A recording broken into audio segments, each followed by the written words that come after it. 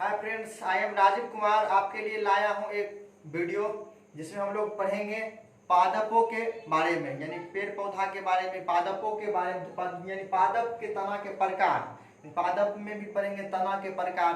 तो हम लोग इस वीडियो में जो चर्चा करेंगे तो तना को हम लोग पादप के तना के प्रकार को 3 भागों में बांटकर हम लोग इस वीडियो को बनाएंगे और 3 भागों में बांटकर पढ़ेंगे।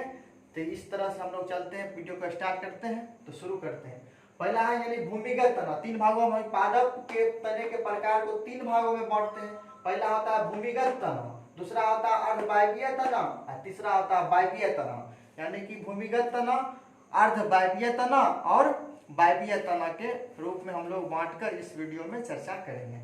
तो हम भूमिगत तना शुरू करते हैं। और भूमिगत तना के उदाहरण कौन कौन से हैं, उसमें क्या क्या आता है, कौन कौन से पेड़ पौधे आते हैं। तो भूमिगत तना के उदाहरण है जैसे परकंद। परकंद में क्या क्या आएंगे? परकंद के उदाहरण हो गया हल्दी, अदरक, केला। परकंद के उदाहरण कौन कौन हो गया? हल्दी, केला, अदरक उदाहरण। उसके बाद है अस्तमकंद। अस्तमकंद में आलू आता। अस्तमकंद क्या हो गया? आलू आता।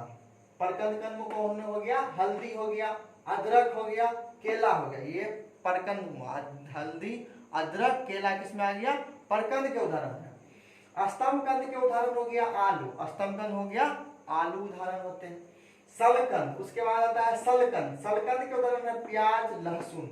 सलकंद के उदाहरण कौन से हैं? प्याज और लहसुन। जैसे प्याज को हम लोग छीलते हैं तो उसमें सल के रूप में छिलका छिलाते रहता, तो ये सलकंद के रूप में आता। प्याज क्या हो गया? सलकंद। लहसुन को भी छीलते हैं तो उसमें सल निकलता है, एकदम सल के रूप में तोड़ते रहते हैं तो निकल जाता। इस तरह से सलकंद के उदाहरण होते हैं प्याज और लहसुन हो गया। और घनकंद, घनकंद के उदाहरण कचालू। घनकंद के उदाहरण कौन हो गया? कचालू।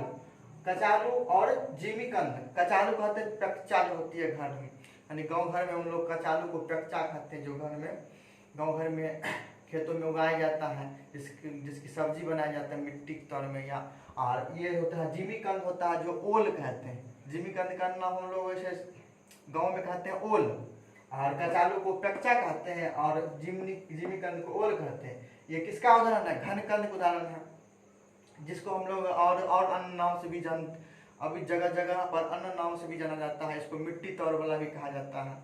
और इस तरह से हम लोग परकंद यानी भूमिगत तना के उदाहरण सभी मिट्टी के अंदर उगता है। तो जैसे परकंद हो गया, स्तंभ हो गया, सलकंद हो गया, घनकंद हो गया। यानी 4 प्रकार जो तो भूमिगत तना है, मतलब कि भूमि के अंदर उगने वाला तना है। जैसे हो गया परकंद हो गया हल्दी, अदरक, केला। अस्तमकंद हो गया आलू। अस्तमकंद हो गया आलू। सलकंद हो गया प्याज, लहसुन, सल के रूप में छिलका छिलते हैं। और घनकंद हो गया कचालू, जिमीकंद। कचालू मतलब प्रक्चा और ओल। ये हो गया हम लोग भूमिगत तना के रूप में पढ़े। अब है दूसरा है अर्धवायवीय तना। ये तो था भूमिगत तना। दूसरा कौन हो गया? अर्धवायवीय तना। अर्धवायवीय तना के उदाहरण हो गया निम्नलिखित है। अर्धवायवीय तना के उदाहरण भी निम्नलिखित है। ऊपरी यानी कि ऊपरी भूमिगत तना, दूसरा है भूस्तरीय तना, तीसरा है भूस्तारिका और चौथा है अंतः भूस्तरीय। इसके उदाहरण कौन कौन से हैं? तो ऊपरी भूमि यानी ऊपरी भूस्तरीय तना को होता है दूब घास, जिसको हम लोग गांव में कहते हैं दुभी। दूब घास जो होती है यानी ऊपर जमीन के ऊपर जो उग जाता है, तो ऊपरी भूमिगत तना हो गया। ऊपरी भूमिगत यानी भूस्तरीय तना हो गया, यानी उदाहरण हो गया दूब घास और मरसिलिया। कौन हो गया? दूब घास हो गया और मरसलिया, ये भी एक तरह से घास के ही रूप है, मरसलिया नाम है। यानी ऊपरी भूमिगत तना हो गया दूब घास, जिसको दुभी कहते हैं, और मरसलिया ये भी है। और भूस्तरीय, भूस्तरीय तना के उदाहरण हो गया अरोई। भूस्तरीय तना का उदाहरण कौन हो गया? अरोई हो गया और पेसिफ्लोरा हो गया। अरोई हो गया और पेसिफ्लोरा किसके उदाहरण होता है? भूस्तरीय के उदाहरण है। और भूस्तरिका, भूस्तारिका हो गया जलकुंभी। भूस्तारिका यानी जल में उगता है, यानी कि बिना मिट्टी पर, यानी भूस्तारिका हो गया जलकुंभी। जल में देखते हैं जर्मनी जिसको कहते हैं नाम से, यानी कि भूस्तरिका के अंतर्गत आता है जलकुंभी। और समुद्री शोख, समुद्री में समुद्री शोख जो होती है, उस तरह से पेड़ पौधा हरे भरे उग जाते हैं, तो उसी को हम लोग कहते हैं भूमि क्या कहते हैं? भूस्तारिका कहते हैं। जलकुंभी और समुद्री शोक के रूप में उदाहरण मिलते हैं। उसके बाद है अंतः भूस्तरीय। अंतः भूस्तरीय अंतःभूस्तरीय में आता है गुलदाउदी। गुलदाउदी फूल होते हैं, गुलदाउदी हो गया और पिपरमेंट हो गया।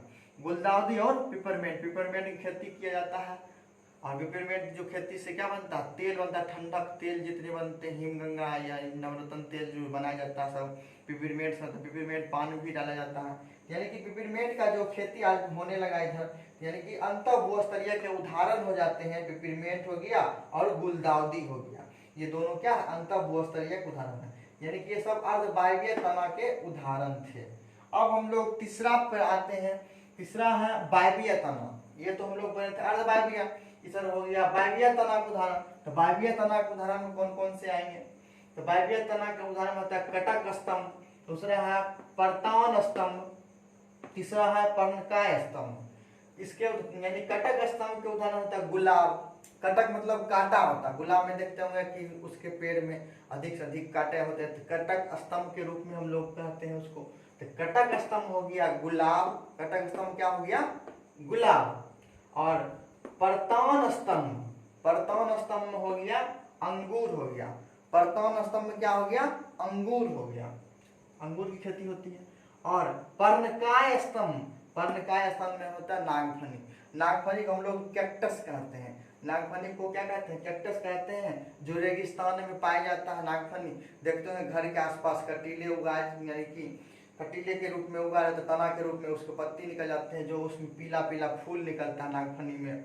और जब जिसको अगर कांटा चुभ जाएगा तो उसको क्या हो जाते हैं, बहुत जलन होता है, एकदम दर्द होता है। यानी नागफनी को हम लोग इंग्लिश में कैक्टस कहते हैं, जो रेगिस्तान में ज्यादातर मिलता है, लेकिन यहाँ पे घर के आसपास यानी कि सजावटी पौधा के रूप में भी हम लोग इसका उपयोग कर पाते हैं।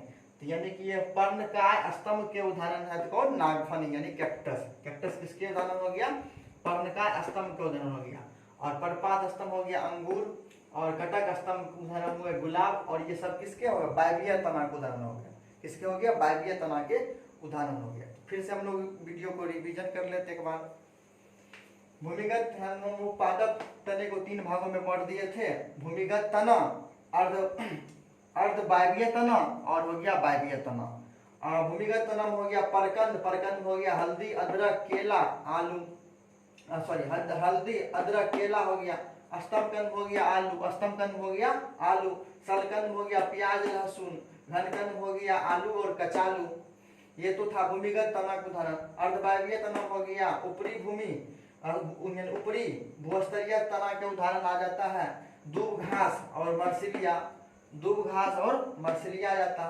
भूस्तरीय के उदाहरण हो गया अरुई और पेसीफ्लोरो, पेसीफ्लोरा। और भूस्तरीय के रूप में हो गया जलकुंभी और समुद्री शोक। भूस्तरीय तालिका के रूप में हो गया जलकुंभी और समुद्री शोक। और अंतः भूस्तरीय के रूप में हो गया गुलदाउदी और पिपरमेंट। और तीसरा था वायवीय तना के उदाहरण, वायवीय तना का हो गया कटक स्तंभ मतलब कांटा वाला, तो गुलाब उदाहरण उसके थे। और परतान स्तंभ का उदाहरण हो गया अंगूर, और पर्णकाय स्तंभ का उदाहरण हो गया नागफनी। अगर वीडियो अच्छा लगे तो सब्सक्राइब करें, शेयर करें और अपने दोस्तों में जल्द ज़्यादा से ज़्यादा शेयर करें। और थैंक्स फॉर वॉचिंग।